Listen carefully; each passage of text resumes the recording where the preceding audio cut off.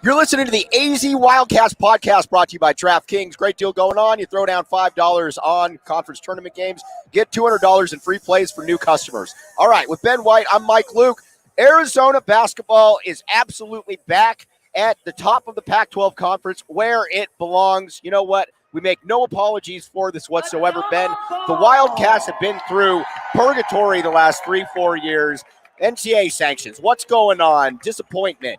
Whatever you want to say, Tommy Lloyd was the right man at the right time. This team comes in here right now. They blow away everybody during the conference season. You got the Pac-12 conference tournament right now. And the Cats, you know what? Without Kirk Carissa, with Justin Kier being in foul trouble for, well, essentially the entire game. This team still beats a UCLA team that, let's be honest, is a team that if they were in the Final Four would not surprise anybody in the least. This is the team, this is the one that has restored Arizona basketball to where it belongs. It has, and this is a game for Arizona fans that has been long overdue. Like you said, all the parameters going into this game. No Kirk Carissa, early foul trouble for the Wildcats. A very much needed game in the sense that we haven't seen a game like this in this program in the last 10 years. No, we haven't. We haven't. And how many times, too, when there was a game and you're like, all right, we're looking forward to it, and something happens. This team rose time and time and time again. I know it's a cliche. I don't care. Brian made the point before the game that no matter what happens, they are always there. They never get down. My guy Shane made a really good point, too. He said, when Arizona was down 12, he told his buddy, hammer the money line. This team doesn't go away. And that was clairvoyant right there. This is something unique.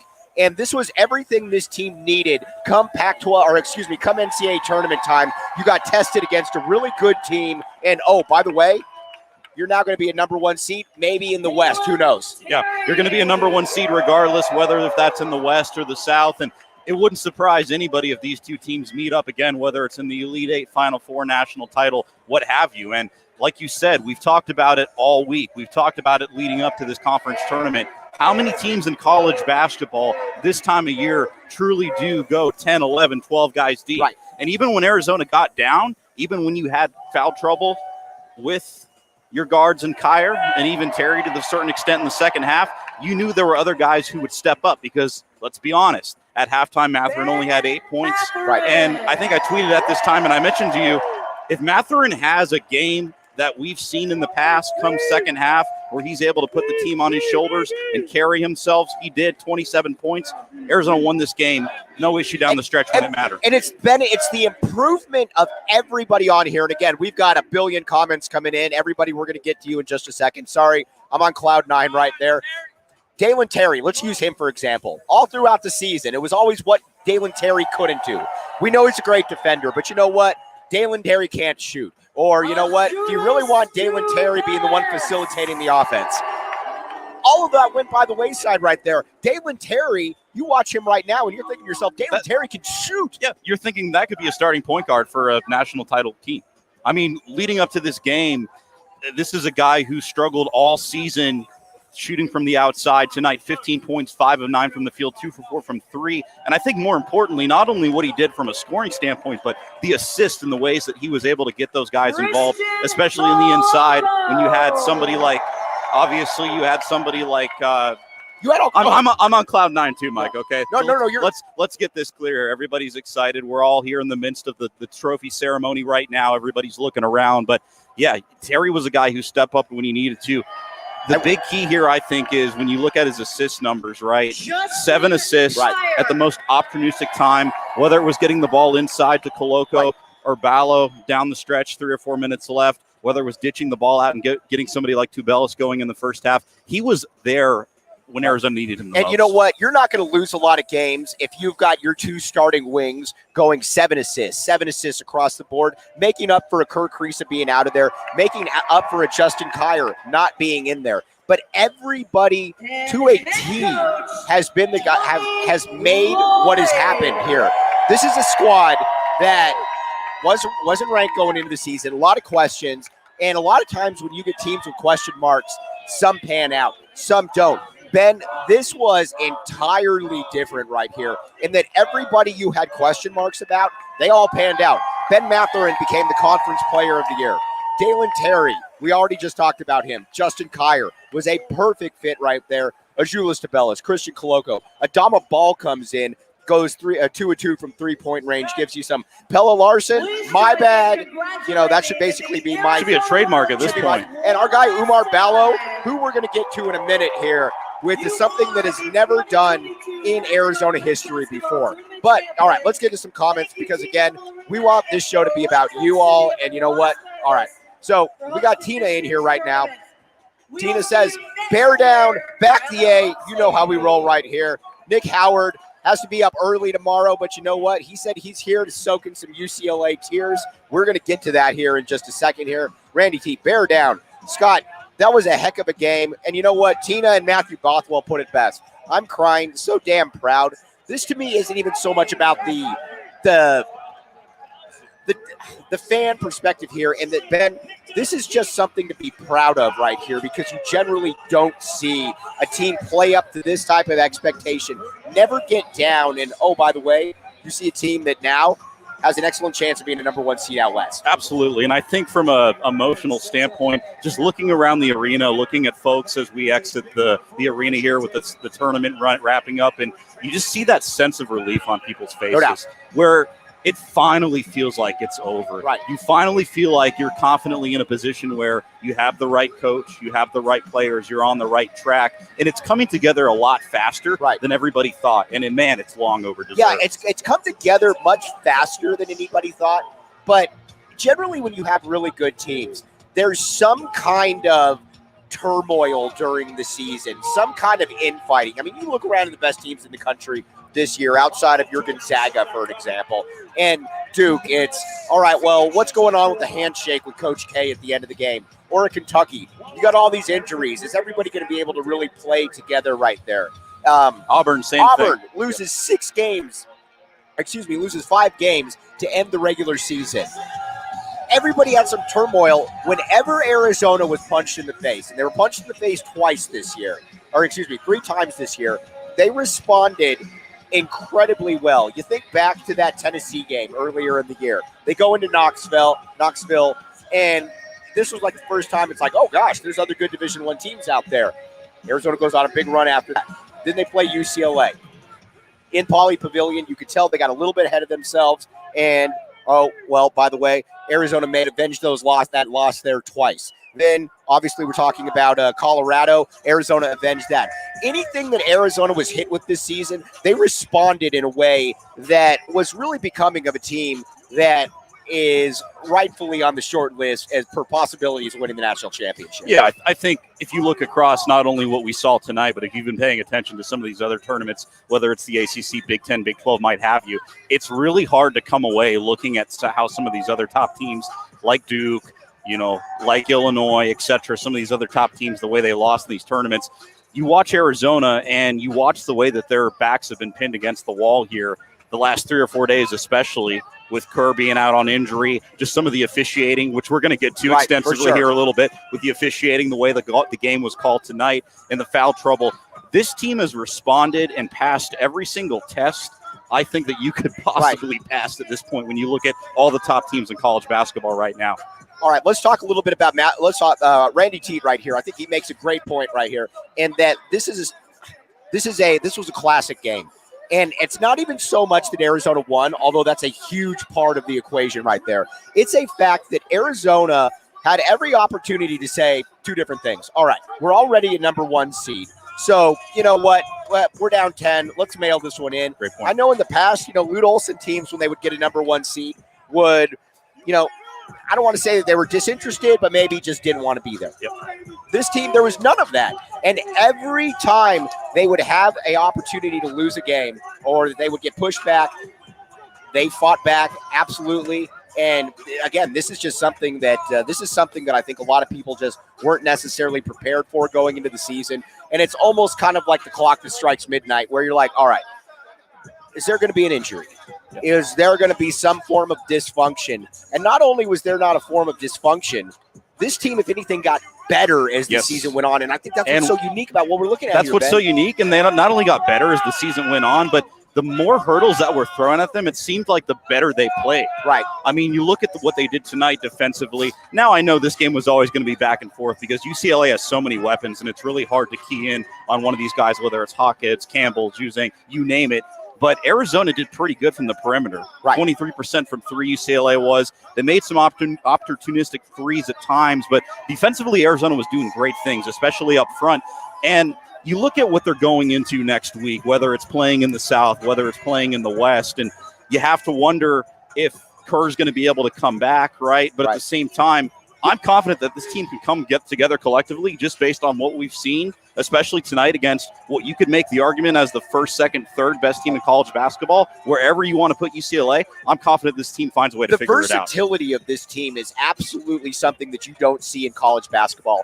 And let's talk about Christian Coloco at first. And a friend of the show, Matt Bielbach, was texting back and forth with me, and we're just asking about, what lineups are you looking for? And I said, my biggest concern is, what are you going to do about Jaime Hawkins? Because, anybody that's watched that guy knows that boy's a baller right there. That's a guy that's going to play in the NBA, no matter what you think. Christian Coloco was the man that was on him towards the end of the game right there. And while Christian Coloco might not be the guy that you think, oh, yeah, you're going to put him on the 6'7" wing. And again, Jaime Hawkins got his. But what other big in the country at 7'1" is going to be on a guy at 6'6"? And again, Jaime Hawkins got his. But at the same point right there, you're 6 of 17 from three-point range. You had 18 points. And you're going to take that every day of the week. 17 shots on 18 points. I'll take that. And that's Christian Coloco. That's doing incredible. That's not Dalen Terry. That's not Ben Mathurin. That is Christian Coloco. You're 7'1" center. And it's funny because I saw this adjustment made in the second half, and you kind of think to yourself internally, okay, well, they're obviously going to let Hawkins get theirs. Right. Because, like you said, matchup-wise, it just doesn't make sense. And what Coloco was able to do. Some guys are good enough, they're just going to get theirs. They're just going to get theirs, exactly. It doesn't matter who you put on. But not only was Coloco able to limit those things, like you said, but I think up front, whether it was Arizona pressing towards the end, whether it was Arizona switching up front, he did a really nice job of keying on some of those smaller, more versatile wings that a lot of bigs at that size, with that length, aren't necessarily going to be able to hang with. So all kudos to him on that part. And I think what is so fascinating about this team and how they have captured the community, I don't want to say that Arizona fans got a little lethargic when it came to Arizona basketball, but when you get beat down as much as you have, it was going into the season, interest wasn't where it generally is. How many people on here, from Tina to other people, are saying, we're crying right here about what is absolutely happening right here? And this is a community feel right here. Chico, appreciate you, my man. There's so many people on here I got to thank. This show's only getting started, though, right there, so better believe that. All right. And as we go back to this attitude that we've talked about from day one with this team, where nobody's really expecting you to be here. Right. And I think Lloyd has carried that message not only from November, but all the way to now, in the sense that I think they truly believe that tomorrow is not promised to anyone. Right, for sure. And the way that they play, the injuries and the hurdles that they've overcome, I've yet to see a team in college basketball this time of year in recent memory do what they've done. And let's be honest, Tommy Lloyd's a slick customer here. I was at his opening media day, and he was asked about his expectations for this team.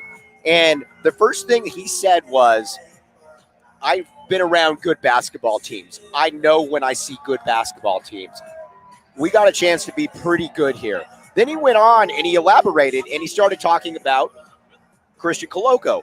Christian Coloco is a guy that was, let's be honest, kind of a bit player. And I'm going to keep coming back to Christian because I think he's so emblematic of this team.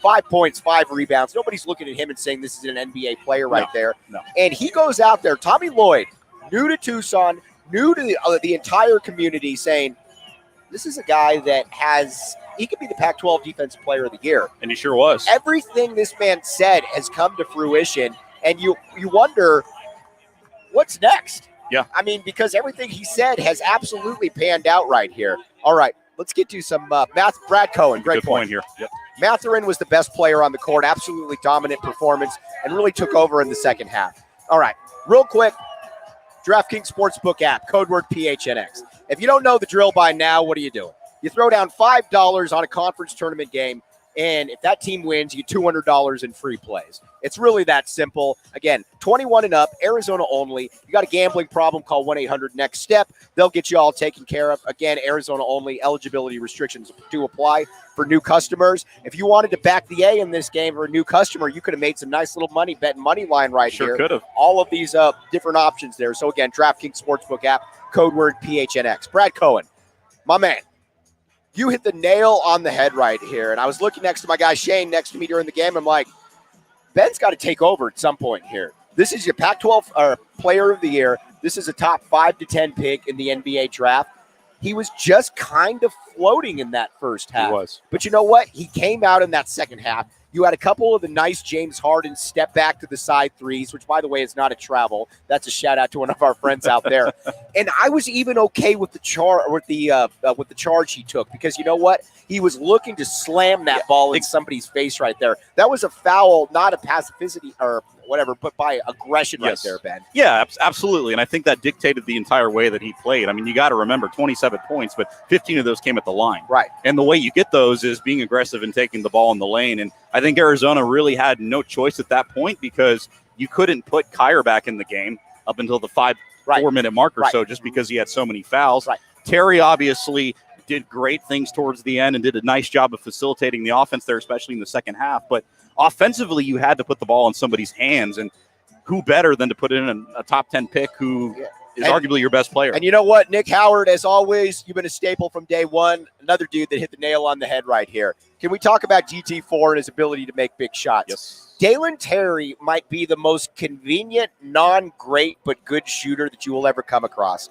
In that, if it's early in the game, you're probably not going to expect him to make that three. But how many big shots, whether it was wide open corner three, whether it was slash into the hoop, whether it was dunking the ball in traffic, this is a man that I got beat up a little bit on Twitter, and you know what? I hope I'm wrong.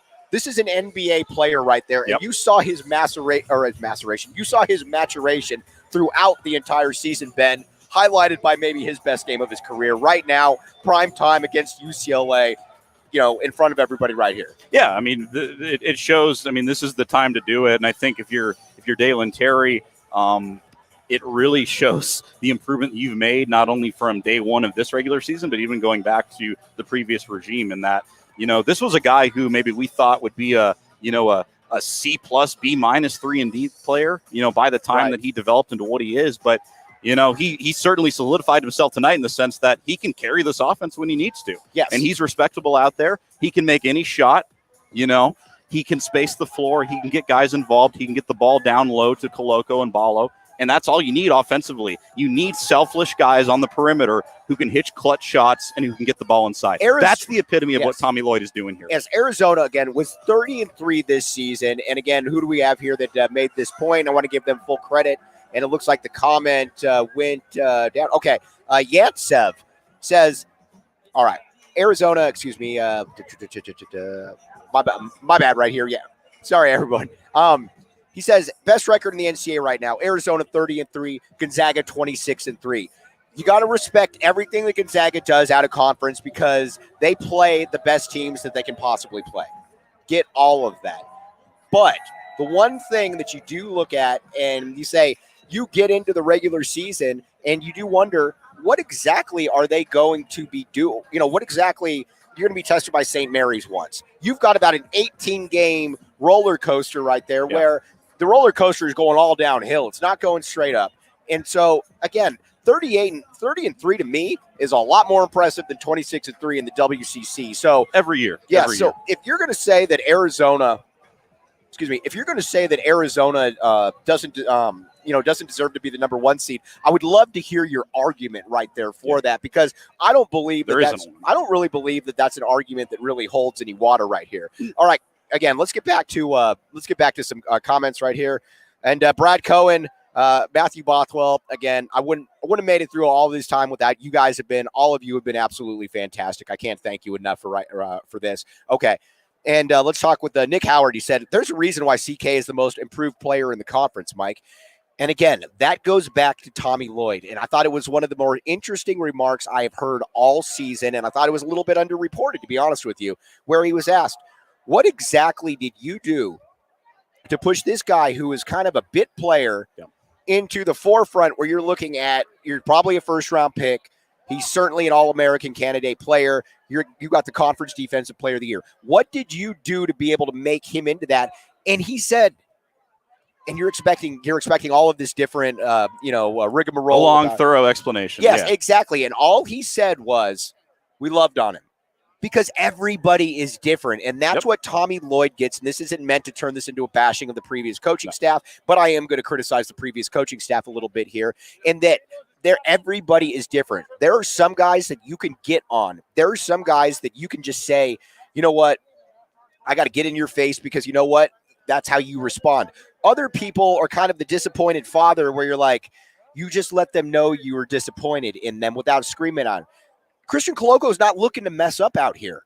And so when Tommy Lloyd's talking about that, he's making the point that this is a guy that needed love out there, and you saw what he was able to do. Yeah, I mean, you saw what he was able to do, and that goes back to what we've talked about, what Lloyd's pedigree is from day one with this entire team. It's all about personal development, individual player development. Some guys are going to respond, to the way Sean Miller would do things, heckle, yell. But in all fairness, though, you got to give Coach a ton of credit. Go ahead. We're giving him plenty of credit, but trust me, when you look at the way that this team is put together and some of these challenges, and when you get these types of players too, who aren't necessarily clear 4 or 5 star guys, who are high 3-star, low 4-star, they're generally going to need that chip on their shoulder and that confidence booster, because they already know that they're underdogs. Right. They already know that there's ways to go when it comes to development, and they know that they're probably not going to be one and dones. They're probably going to be there 2, 3, 4 years, and you need a coach who's really going to focus on their individual development. And you look at what Miller did.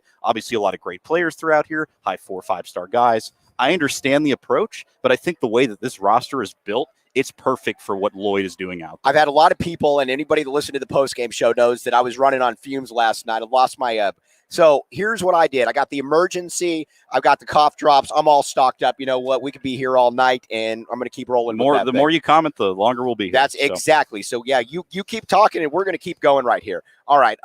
Jose Roman, interesting point. You've been great on Twitter, Jose. Appreciate all your input. He says, would you sit Kerr during the first weekend?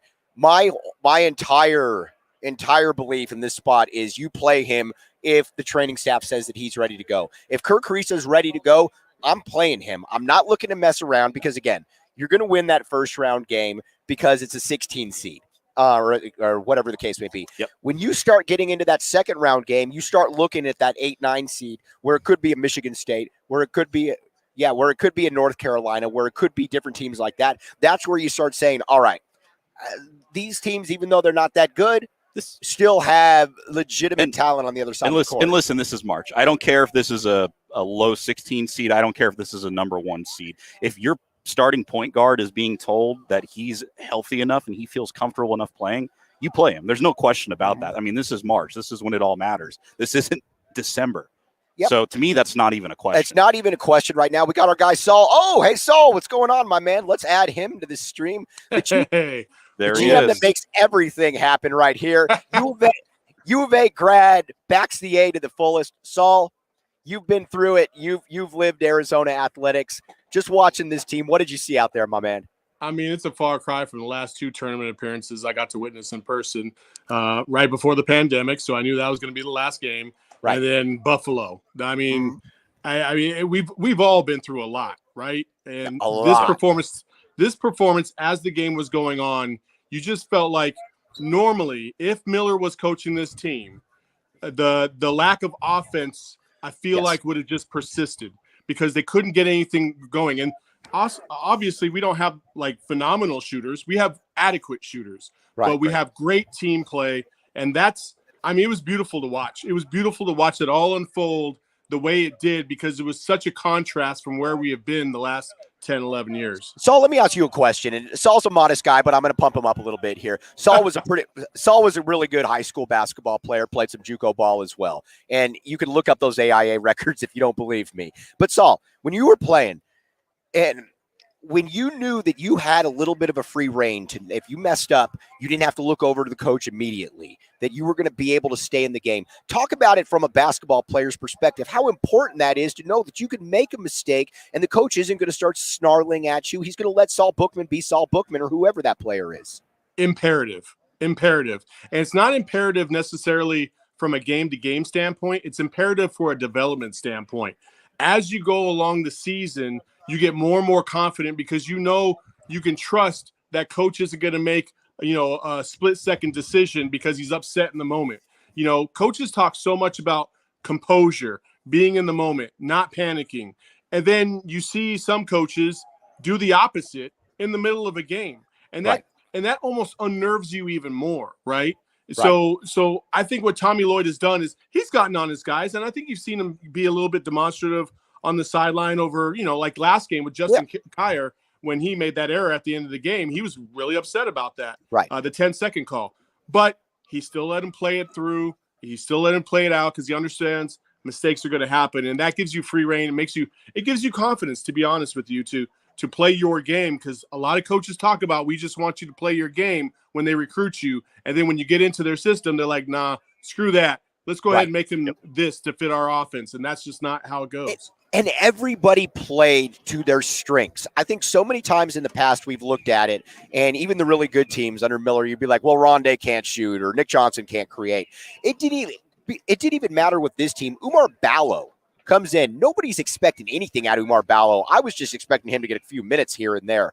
And sure, he can't shoot. It doesn't matter, though, because guess what? He's going to get you 5 blocks. He's going to dunk. He's going to look like an all-conference caliber type player at the end. We talked about it with Dalen Terry. Not a great shooter, although a heck of an opportunistic shooter right there. But you don't look at them because those weaknesses aren't accentuated as the strengths that are put forward out there, Saul. And that's what great coaches do. That's what great continuity is all about. Absolutely, 1,000%. I just wanted to pop on here and say the first thing that came to my mind was, this is different because I was there in 17 and 18 when they won the Pac-12 tournament. And it was great, and it felt good for all of us fans, especially, the Raleigh Alkins dunk and things of that nature, right? This one felt different because you bought in not only to the program and the players, but the coach. And it very much gives us all Lute Olson vibes. I mean, you can't get away from it. It's just a fact. And so it's beautiful. And before I get out of here, I just wanted to say, Mike, you've been absolutely, and I'm going to cuss because that's what I do, fucking killing it out there, man. You have absolutely rep this whole fan base the best you possibly could. Ben, good to see you. And keep killing it, brother. I'm so proud of you, man. I appreciate you, my man. It's great working for a guy like you, Saul. I really appreciate you, bro. Okay. Now, the thing that I think is so, all right, now and again, I'm going to keep going back to the thing that I think is so, because there's so many different things, right? There's so many different things right here. But again, hop on right here, tell you all your friends, because we're going to keep rocking this thing. As long as you guys keep talking, we're going to keep rocking this thing. All right. Looking ahead now, you start wondering, what exactly is the team that, if you're Arizona, you're worried about? And honestly, I'm at the stage now where I don't care about that.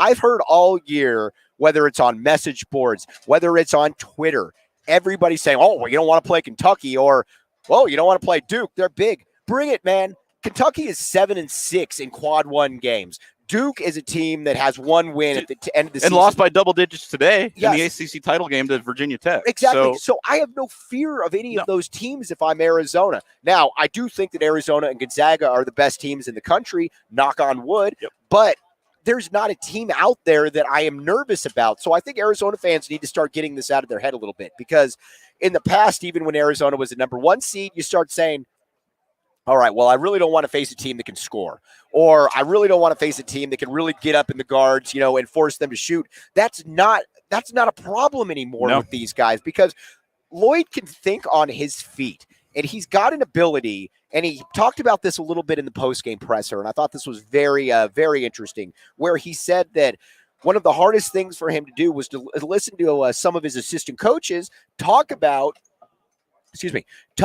how he needed to be able to wall off the defense a little bit. Stop shooting the passing lanes as much. You got big men on the background, and Lloyd is not above that because, again, nobody out here is Greg Popovich. Nobody out here is Red Auerbach where it's, you're beyond reproach. Yep. This man listens. And when you watch him speak, you can understand that, and you can understand why guys rally to him. And you can also understand, and again, Shane was talking about, I'm going to give Shane some credit. When Arizona was down 11 or 12, he messaged me and he said, man, I just told my homie that I was going to, you hammer that money line right there with Arizona. And I didn't dismiss it. And I just looked at him like, yeah, I think they can still win this game easily. Now, his friend didn't take the advice. He should have been on the DraftKings Sportsbook app. Code word PHNX. You throw down the $5 on the conference tournament game. You get back $200 in free plays if that team wins. And, again, new customers only, eligibility restrictions apply, but this would have been an absolutely great opportunity to hammer Arizona. They're a 1.5-point favorite, and you could have had $200 to be able to do with whatever you would want there, Ben. So again, DraftKings Sportsbook app, code word PHNX. And whatever happens in the NCAA tournament, no matter how far Arizona goes, I'm really happy, particularly the way that these games have played out the last couple of days, because I think it makes Arizona fans understand that true mindset shift of we're going to look at individual matchups. We have our limitations to understanding that you can be without a Kirk Risa.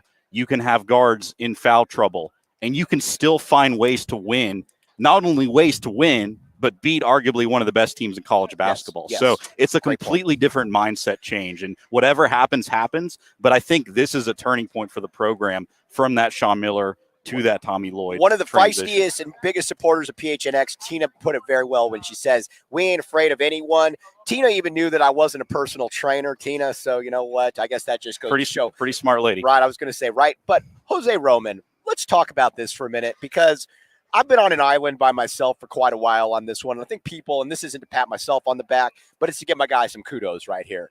Dave Hickey, for the last, 5, 6, 7 years, all you hear is Dave's in over his head. Mid-major Dave. He doesn't know what he's doing. Yep. All of those people that were bashing Dave Hickey, saying that he doesn't know what he's doing, are silent now. Now it's, Arizona basketball's back. Well, you better give Dave, to quote Birdman, you better put some respect in his name, because this is a guy that did what a lot of people didn't think was possible. Getting rid of Sean Miller and bringing in a guy that reestablished Arizona basketball in the manner in which we see fit. And I think that Nina Ubinas, and I'm sorry if I mispronounced your name, she put it very well when she said, Tommy Lloyd is worthy of the Lute Olson mantle. And as somebody that grew up watching Lute Olson, and I mention this all the time, first game watching him was 92-93 against New Orleans, watched every single game after that. There were two things about Lute Olson that stuck out over every other coach that they would play.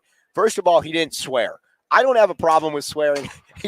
As Saul said, but I don't like coaches that just swear, just to yell, to get into people's faces. I have no problem swearing. Lute, that just wasn't who Lute was. Yep. The other thing, too, is if Lute had better players than you, and keep in mind, for these young bucks like Shane, who weren't even born yet, or Sean, or Totri, all these guys, from 88 to 03, Arizona basketball was one of the 5 best programs in the entire country by any metric. Duke, Arizona, Kansas, Kentucky, Arizona. Yep. And when you played Arizona, you knew two things.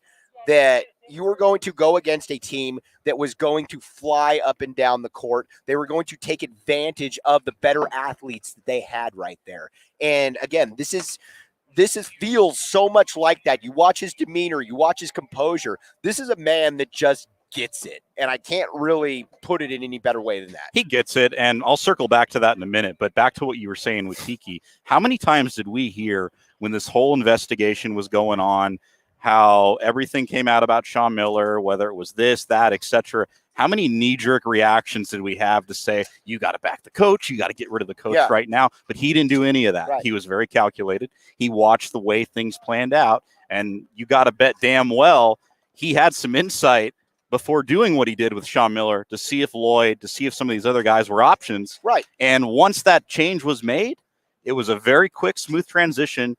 And I think deep down he knew confidently we had our guy, and fans later saw that. And very fans shortly. saw it because, again, this wasn't the no-name, this wasn't the big-name hire. This wasn't Louisville bringing in Rick Pitino from the Boston Celtics. This wasn't, Bill Self going to Kansas. This was a guy that was essentially the right-hand man at Gonzaga, which is awesome, but at the end of the day, that's still Gonzaga. Not a lot of people knew. He got his man, and he has reestablished Arizona And basketball. let's not play it down either. Lloyd had options for years to go other places. For sure. And it shows the quality of coach he is. It shows what his ability, what he can do out there, that he sat it out and he waited for a job like this to become open. So what else we have here? So again, we got a bunch of different questions right here. Jed Fish was right here. The other thing too about Arizona athletics now is the family type feel that has reemerged here. Jed Fish, a lot of people think that when Jed Fish shows up to something in his front row, oh, that's just a photo op. You and I were watching Jed Fish partially because of the person that he was sitting next to. Who had a very elaborate ensemble. I'll put it to you like that. But Jed Fish, when he didn't even know people are looking at him. He's cracking jokes with people. He's giving knucks. He's giving fist bumps. He's not there to be there. You would see with someone or some of these other guys who would sit with President Robbins courtside. Jed Fish is here because he's fully bought into the Arizona athletics communities. You had students coming up to him, tapping him on the shoulder, and he would turn around and talk to you for 5 minutes like you're a normal guy. And the easiest thing for people to do, and why Arizona athletics is such a unique position right here, is everybody knows that, and again, sorry, Mike, take a breath.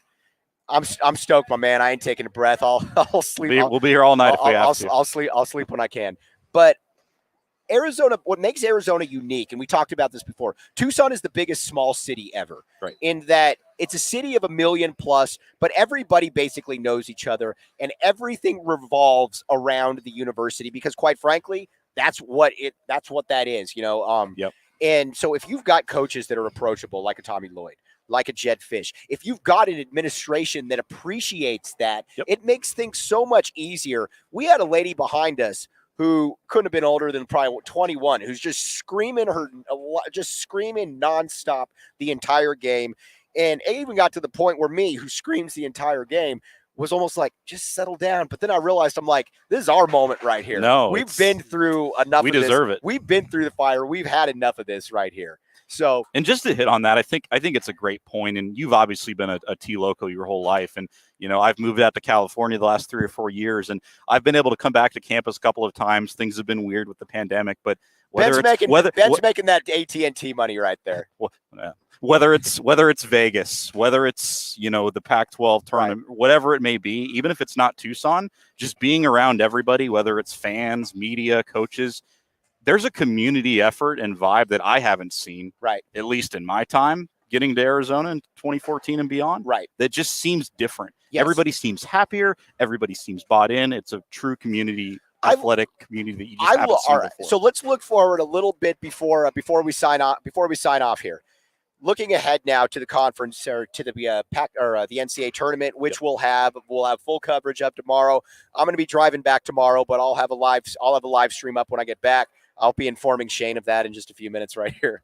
But you look at Arizona, and do you want the number one in the West? Do you want the number one in the South? To me, it's all arbitrary at this point. I don't really care. I want the West, but I don't really care. Right, exactly. One thing I will tell everybody out there that is so worried about, are you going to be playing in the, we want the West. Arizona's 0-5, I believe, in Anaheim in the last 5 Elite Eight. So, but that's something to remember. It's not like you going there immediately just makes you going to win. I know, but again, we talked about it at the top, right? That stigma of we've got to get away from that mindset of matchups, limitations, etc.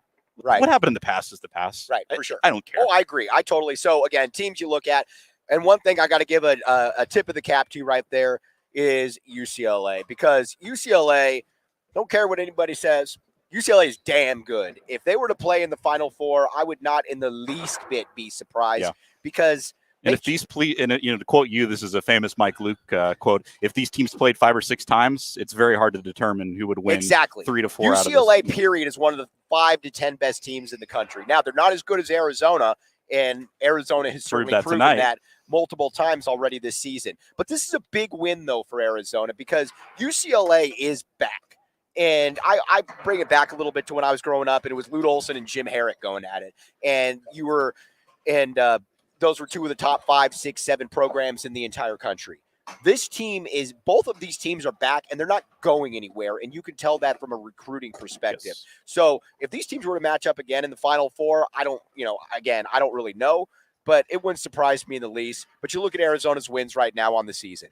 You've got UCLA twice. You've got a Tennessee team that just won the SEC. Illinois is going to be a top 4 or 5 seed.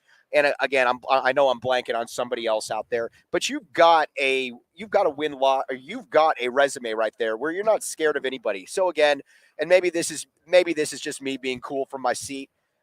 I don't care about Kentucky. I don't care about Duke. If Arizona plays its game, it can win. Yeah, I mean, and then that's what it comes down to. I took some time this morning just to hop on the old Twitter and send some DMs. I reached out to our guy Aaron Torres at Fox and a couple of national guys and said, listen, man, is there something we're missing here? I mean, when you look at the way Arizona's played the last week, the last couple of months, where does this team stand? And, the majority of the answers, 95% of them were honestly, Ben, to me, this could be the best team in the country. Exactly. And there's no shame and bias in any of that. And these are people who have no incentive, no buy-in to Arizona whatsoever. And you have national people left and right saying, I think Seth Davis put it best when Seth Davis has certainly not been a fan of Arizona this year. Seth Davis has been one of the guys that when everybody else has Arizona at 3, Seth Davis has them at 11. But Seth Davis hit the nail on the head when he said Arizona's A game is better than anybody else's A game out there. And you know who else brings the A game is Go PHNX. Here's the deal. You got all best coverage in the state right there. You got the Coyotes, you got the Cardinals, you got the Suns, you got the Sun Devils, you've got basically anything you need. This network has it. Go to the website, get a membership. You get some nice little free perks in there. You get some free merchandise. Hit subscribe on the AZ Wildcats podcast. Perhaps a Back the A t-shirt could be some of that merchandise. You know what? It was a limited time offer, but it's something we're going to be working on, so we'll get into that.